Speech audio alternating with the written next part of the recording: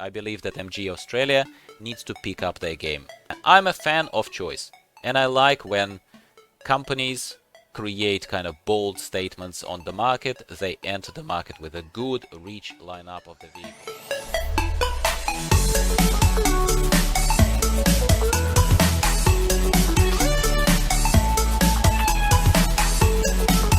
MG Australia versus MG Middle East.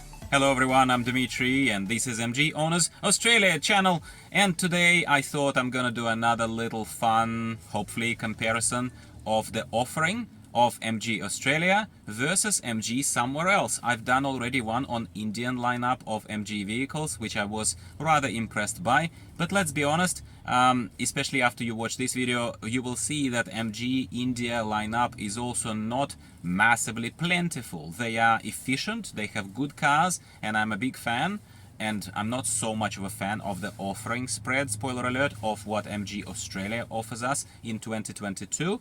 However, one of you has told me to take a look at a particular vehicle, which is MG RX8. And MG RX8 is being sold by MG in Middle East across several countries, such as United Arab Emirates, for example.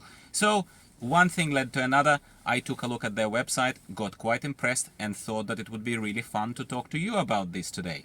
So if this is your cup of tea, and if you like some of these unpretentious, casual, private, owner-driven kind of videos for you, why don't you give me a little like to tell me that I'm doing something right, and subscribe to the channel for more. Let's talk about it.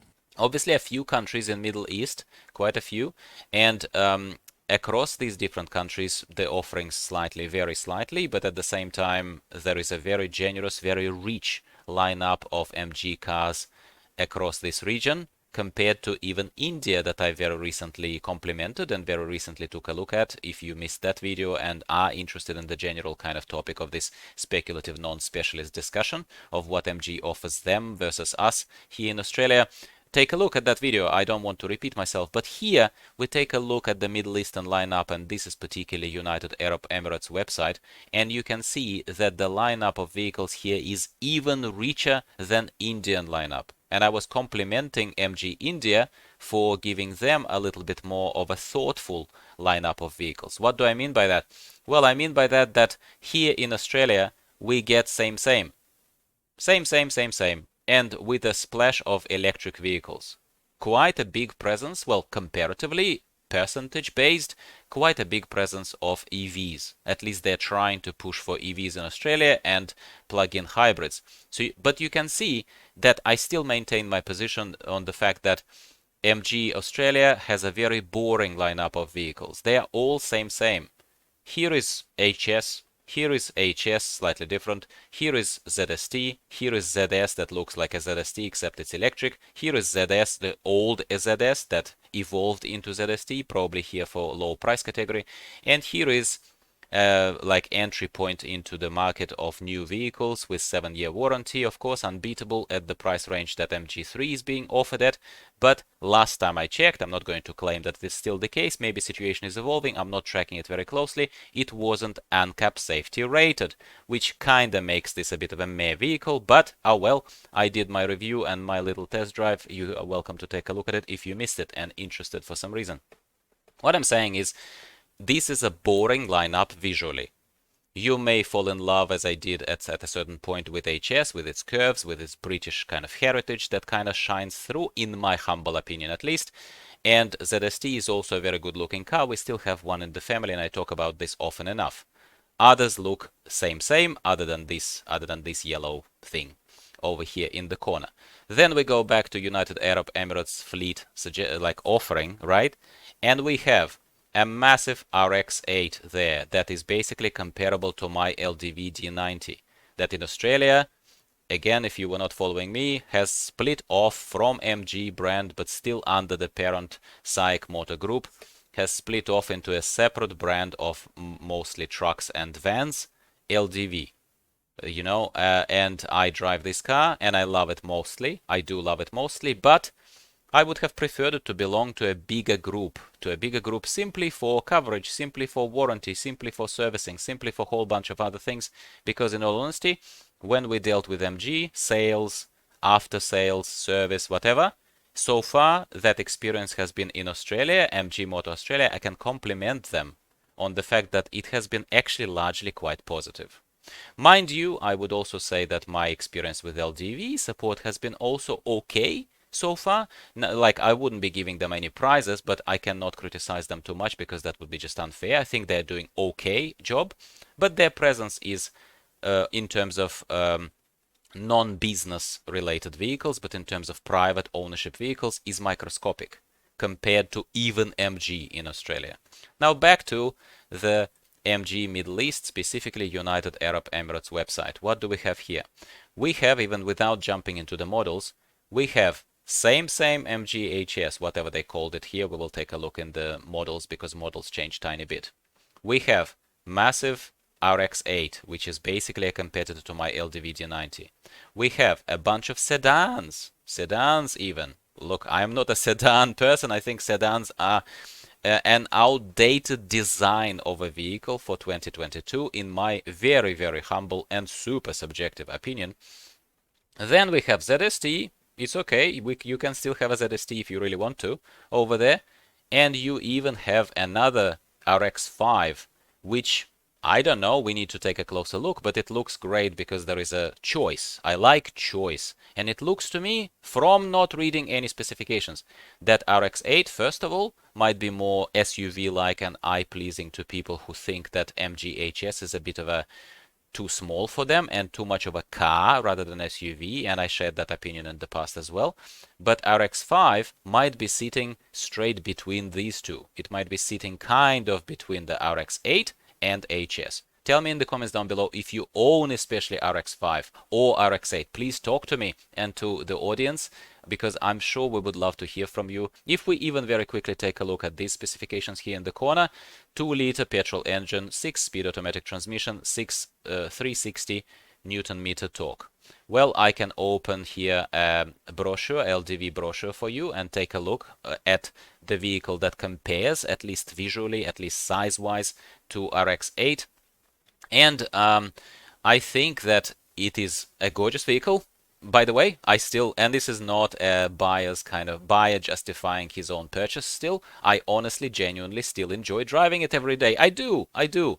I think that the brochure is a little less technically informative than RX8's brochure that I will take a look at in a second, but you can see here, so I can tell you that it's a 2-liter petrol engine first of all, and it's a 6-speed auto transmission, so that's comparable, and it's also 350 Newton meter torque.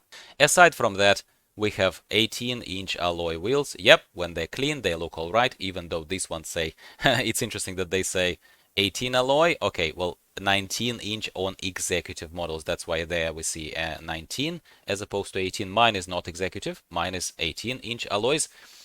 RX looks beautiful. Looks a lot more like a Land Cruiser to me.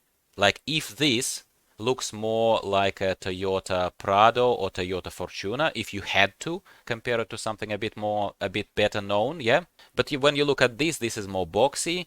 Certainly, at least the angle and at least the photo, and I understand that's just a photo, makes it look more luxurious, but who knows really. That's why I would like to hear from real owners. But size-wise, I'm not going to compare millimeters to millimeters here just because I can't be bothered. It looks comparable to LDV D90. It looks a little wider and boxier at the back, which I don't mind. It's cool, but very similar, very similar. I can see that even the finishes of the bumper are very similar. I wouldn't be surprised if it's a relabeled and slightly reshaped LDV D90, by the way, here in Middle East, RX8. I wasn't able to find the pricing, the actual literal pricing of this vehicle, just to compare it even from the currency of United Arab Emirates to what it would cost in Australia, to see is it even comparable to LDV D90.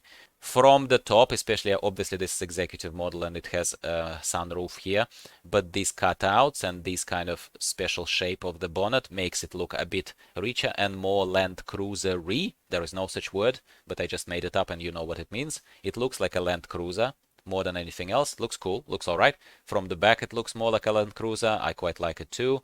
LEDs, you cannot impress anyone with LEDs anymore. My LDV D90 has LEDs as well, and the back looks comparable to LDV D90. Looks pretty good.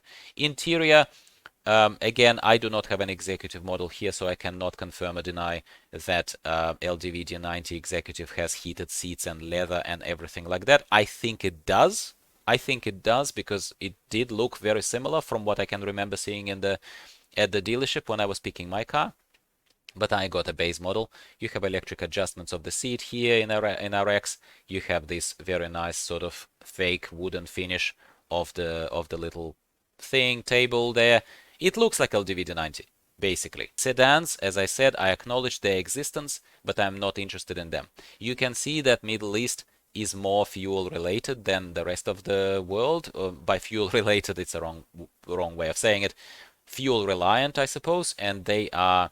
It doesn't look to me like they're pushing EVs or plug-in hybrids too much, which is fair enough, which is fine, because I don't think Australia, as much as they are trying to push for plug-in hybrids and EVs, plug-in hybrid I can live with. EV, Australia is not ready. Plain and very simple. It's not ready. It's not ready. If you are exclusively driving from one spot to another spot in the middle of Sydney or Melbourne, and there happen to be electric power stations, whatever, to charge your car, good for you. But for an average Joe and Jane who want to go from Sydney to Gold Coast on a holiday and who want to drive to central coast of Sydney where we don't even have 95 fuel sometimes and stuff like that, like more country, imagine country, right? And more sort of unpretentious environments. This doesn't work. This doesn't work. Which is why, for me, as a realistically aligned kind of an inclined private owner, lineup and approach, let's call it approach, philosophy of what we see sort of shining through this lineup of this fleet of MG Middle East, or at least United Arab Emirates, it looks like it's more real to me. Alright, so this competes with MG HS by the look of it because it's a 5-seater SUV. It's a decent horsepower and it's a 350 torque, once again, comparable to LDV D90, although the car is smaller, so you probably feel a lot more zippy in it. It's okay, it's not blowing me away, it is comparable to MG HS, I would say. I'm almost surprised that they have both RX5 and HS in the lineup, because I honestly, at this stage, looking at this presentation, it looks like perhaps a slightly longer HS. That's what it looks to me like. So maybe the space inside, perhaps, because the boot looks comparable from this kind of short back here. But it looks alright. It looks okay, and I think variety is good. Variety is good, absolutely.